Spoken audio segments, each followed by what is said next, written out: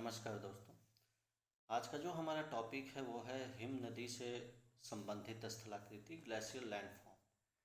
जैसा कि हमें पता है कि जो हिम नद होता है वो लगभग पूरे लैंड एरिया का, पूरे स्थल क्षेत्र का 10% भाग को कवर किए हुए है, जिसमें से 96% ग्लेशियर जो है वो अंटार्कटिका और ग्रीनलैंड में हिम चादर के रूप में, मोटी चादर के रूप में मिलता है। ग्लेशियर मूवमेंट की अगर हम बात करें तो ये जो ग्लेशियर होता है वो सेंटर में ज़्यादा फास्ट होता है, मध्य में ज़्यादा तेज़ी से मूवमेंट करता है बनिस्पत साइड। दूसरा जो सोर्स रीजन यानी उत्पत्ति क्षेत्र होता है और जो गंतव्य क्षेत्र होता है वहाँ पे इसकी गति रिलेटिवली थोड़ी कम होती है। इसके पहले यहाँ पे दो चीज़ों को स्पष्ट कर दूँ मैं। एक वर्ड होता है स्नो लाइन, हिम रेखा, और दूसरा वर्ड होता है स्नोफील्ड, हिम क्षेत्र। दोनों में क्या डिफरेंस है?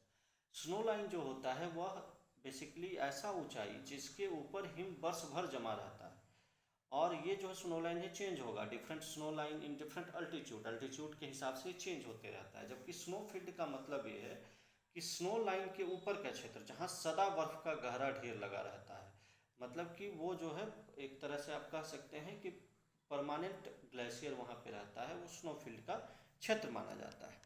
ग्लेशियर की अगर हम बात करें तो ग्लेशियर का निर्माण कई कारणों से होता है। ग्लेशियर बेसिकली उन क्षेत्रों में बनते हैं जहाँ पे हिम संचय या स्नो एक्यूमुलेशन जो होता है वो हिम द्रवण से अधिक होता है। मतलब कि वैसा रीजन जहाँ स्नो एक्यूमुलेशन जो है वो ग्रेटर देन मेल्टिंग, वो वहाँ पे बर्फ़ जमेगा, क्योंकि मेल्ट होगा तो फिर वो पानी हो जाएगा। दूसरा कि उसकी उत्पत्ति हिम क्षेत्र में हिम के ग्लेशियर के बर्फ़ के बदलने से होती है। अब यह जो ट्रांसफॉर्मेशन है वो एक निश्चित उसका क्रम होता है, एक सीक्वेंस होता है।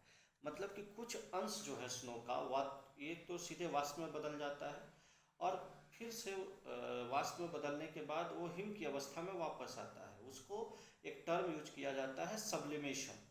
और हिम का कुछ अंश पिघलने तथा पुनः जमने की प्रक्रिया द्वारा धीरे धीरे सेमी क्रिस्टल द्रव्यमान में बदलता है, यानी अर्धदानेदार द्रव्यमान में बदलता है, जिसको फर्न कहा जाता है या नेवे कहा जाता है।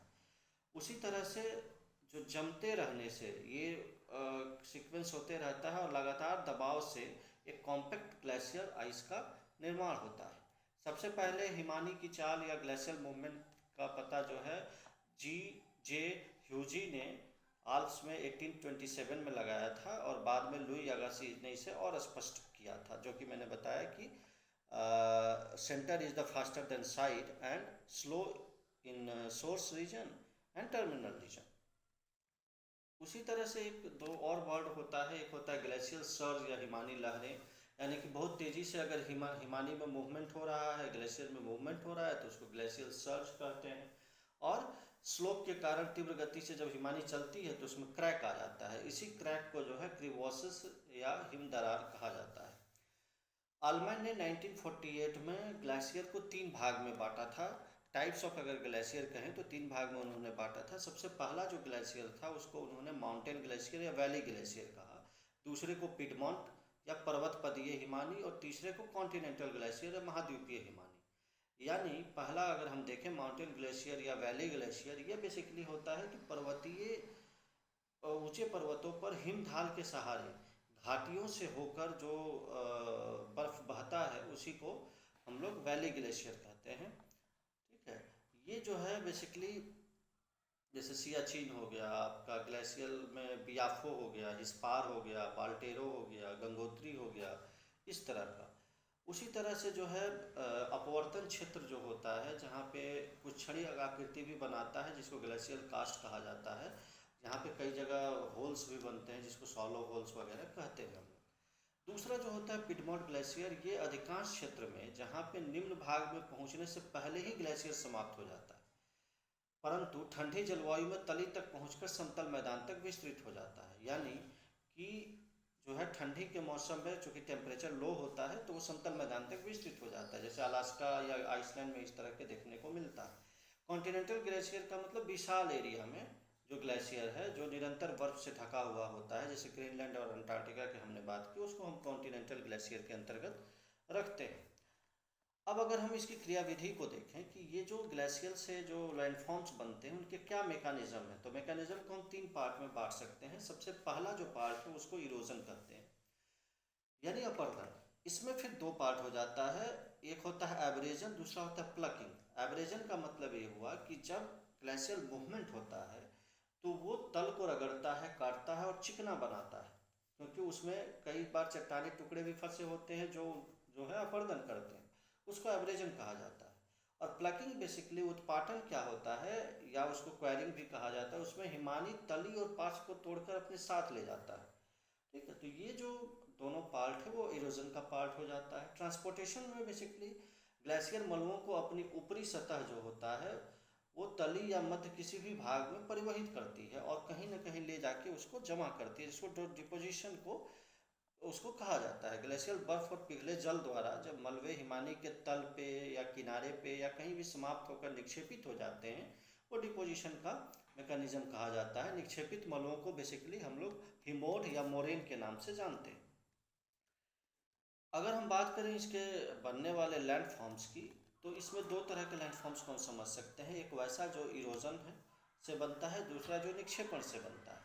इरोजन से बनने वाली स्थलाकृति में यू शेप्ड वैली है, हैंगिंग वैली लटकती घाटी है, सर्क या हिमगह्वर है, अरेट जिसको पिरामिडल पीक भी कहा जाता है, तीक्ष्ण कटक, हॉर्न गिरिश्रिंग, नूनाटक, श्रृंगपृक्ष crag and tail, roche moutonnee, भेड़पीट सियल, ग्लेशियल स्टेयरवे, हिमसोपान, फियॉर्ड, रॉक बेसिन, स्कॉलन ब्लॉक, टार्न और ट्रंकेटेड स्पर या रुंडित स्पर, ये सारे जो है इरोजन से बनने वाली स्थलाकृति हैं। अगर हम बात करें निक्षेपण से बनने वाली स्थलाकृति, तो इसमें बेसिकली हिमोड आ जाता है, ड्रमलिन आ जाता है, टिल प्लेन आ जाता है या मोरेन प्लेन आता है, स्कर आता है, केम कैटल्स, हमॉक्स, अक्षेप या आउटवेस प्लेन और वैली टेरेन या वैली सेंदूर, ये सारी चीज़ों को हम लोग रखते हैं। अब एक एक करके हम लोग इसको समझते हैं। ये जो फिगर है आपको ग्राउंड पे ऐसे देखने को मिलता है।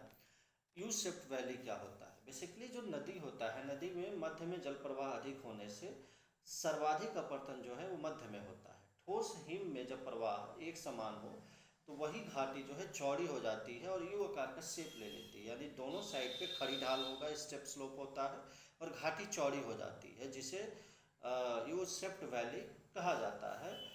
और इसे ही ग्लेशियल ट्रफ भी कहते हैं या हिमानी द्रोणी भी कहते हैं।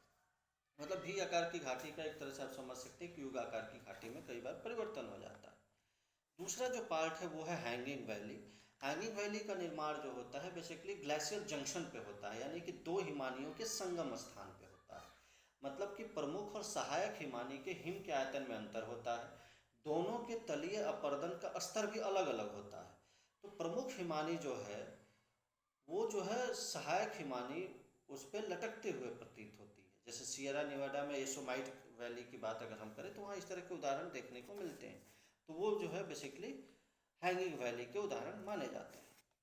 सर्क जो होता है वो बेसिकली उद्गम स्थल पे जहाँ से हिमानी की उत्पत्ति होती है, जो उसका ओरिजिन होता है, वहाँ पे अर्धवृत्ताकार गड्ढा होता है, वही हिम से भरे होते हैं और ग्लेशियर यहाँ से निकलती है। और वहीं निकलने से क्या होता है, उसके पिघलने से वहाँ एक खुले गर्त का निर्माण हो जाता है, उसी को हम लोग सर्क के नाम से जाने जाते हैं। अब ये जो सर्क है, जैसे यहाँ से अगर टॉप मोस्ट पार्ट जो है इसका वो सर्क होगा, यहीं से हिमानी निकलता है। अगर हम इसकी बात करें तो इसको अलग अलग क्षेत्र में अलग अलग नाम से जानते हैं। जैसे कोरी जो है CORRIE, ये स्कॉटलैंड में कहा जाता है, कार जर्मनी में कहा जाता है, क्वाम वेल्स में कहा जाता है, कैडल स्कैंडिनेविया में कहा जाता है। इसी आधार पे निश NISH स्वीडन में कहा जाता है। सर्क जो है बेसिकली फ्रेंच नाम है, फ्रांस में यूज होता है।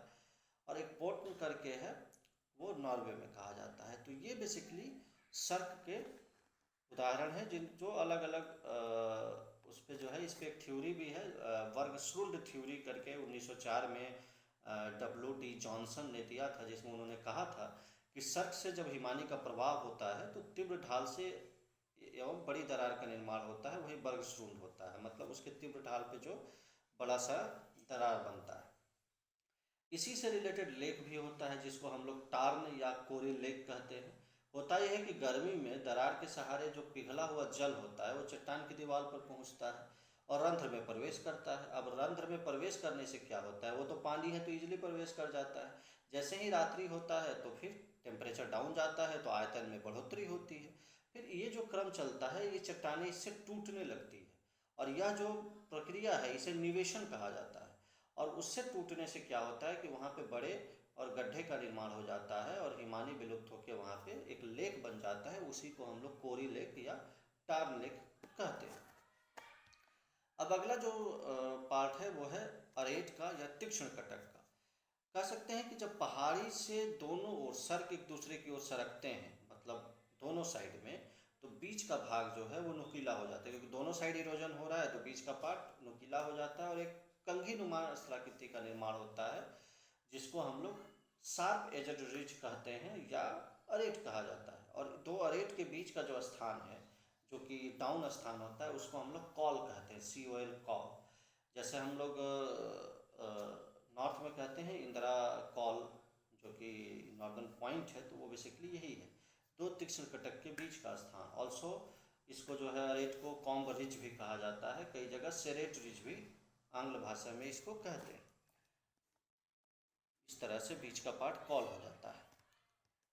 हॉर्न जो होता है वो बेसिकली 3-4 जब सर्ग परस्पर मिल जाते हैं तो वहाँ पे अरेट समाप्त हो जाता है और 3-4 पार्श्व वाले एक पिरामिडल पिक का निर्माण होता है, उसी को हॉर्न कहा जाता है। जैसे मैटर्न हॉर्न बहुत ही फेमस प्लेस है स्विट्जरलैंड में, उसी तरह से शिवलिंग हॉर्न है बद्रीनाथ के पास, ये भी जो है हॉर्न का उदाहरण माना जाता है।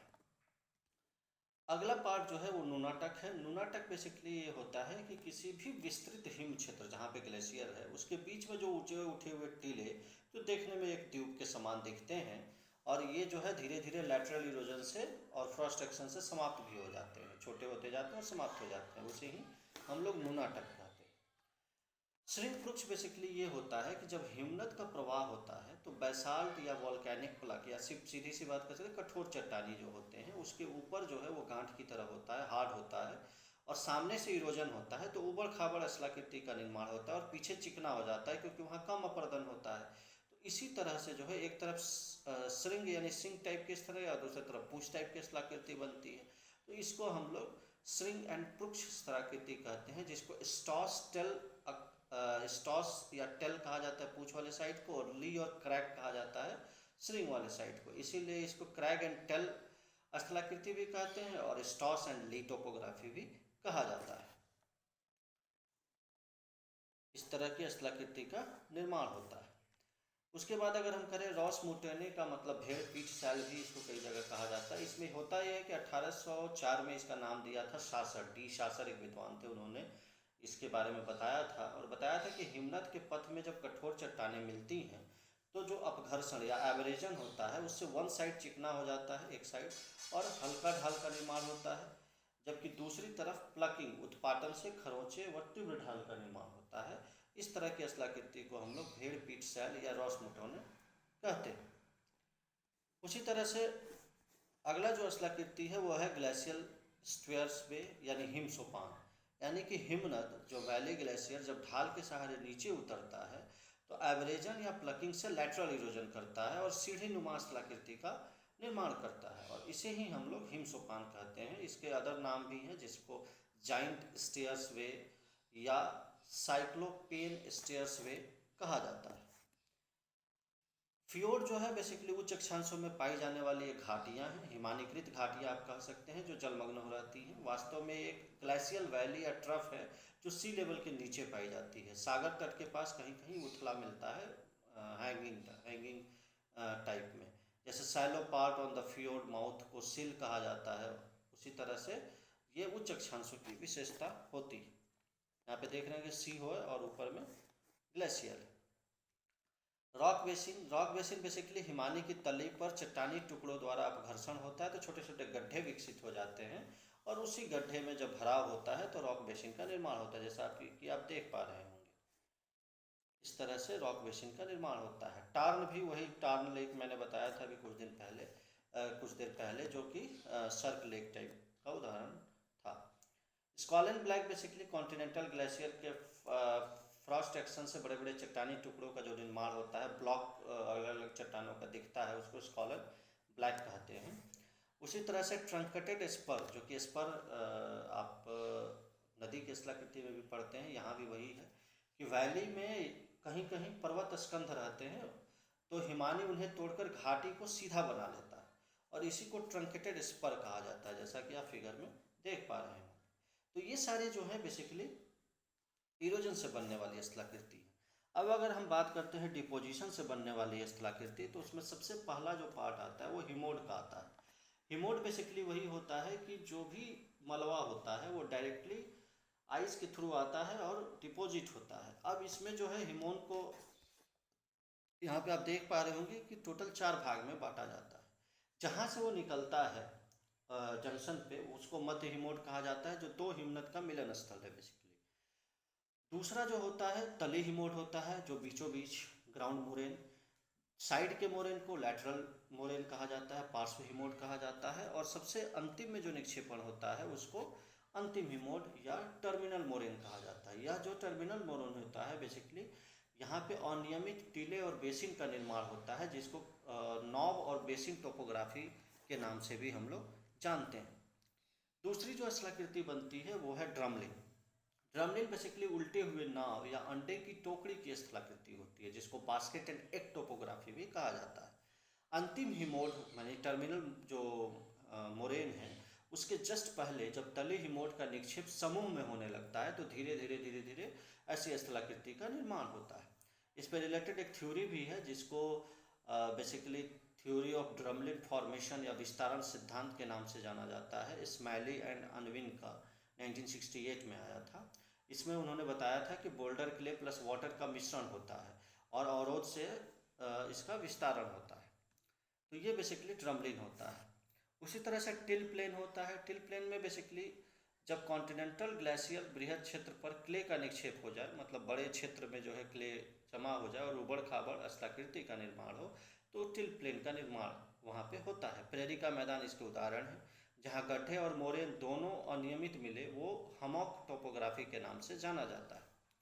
इसके बाद की जो स्थलाकृति है, ये जैसे उदाहरण है जहाँ चरनोजम मृदा की परत है।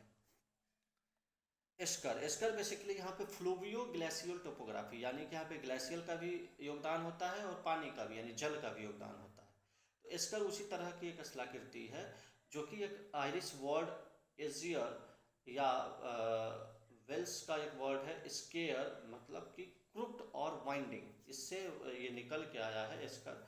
मतलब कि जब हिमानी तल में जल प्रवाह होता है तो सुरंग का निर्माण होता है, यानी जल कंकड़ बालू पत्थर मलबा नीचे की ओर बहता है और दोनों साइड जो है आइस फैलता नहीं है। इसके कारण से कहीं कहीं डिपोजिशन से टीले और हिमानी रुकने से कुछ समय से टीलों की मोटाई अधिक होने लगती है, तो उस तरह से रीजन को मालाकार स्कर कहा जाता है।